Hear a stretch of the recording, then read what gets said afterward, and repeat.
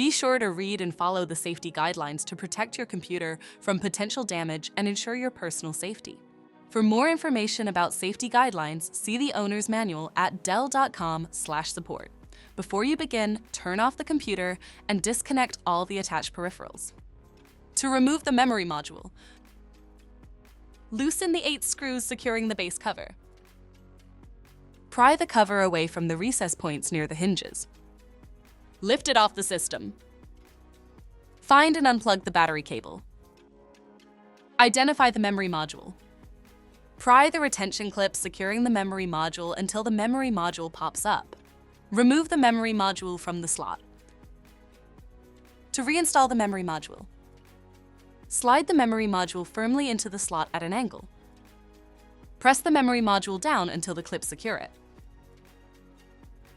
Plug in the battery cable.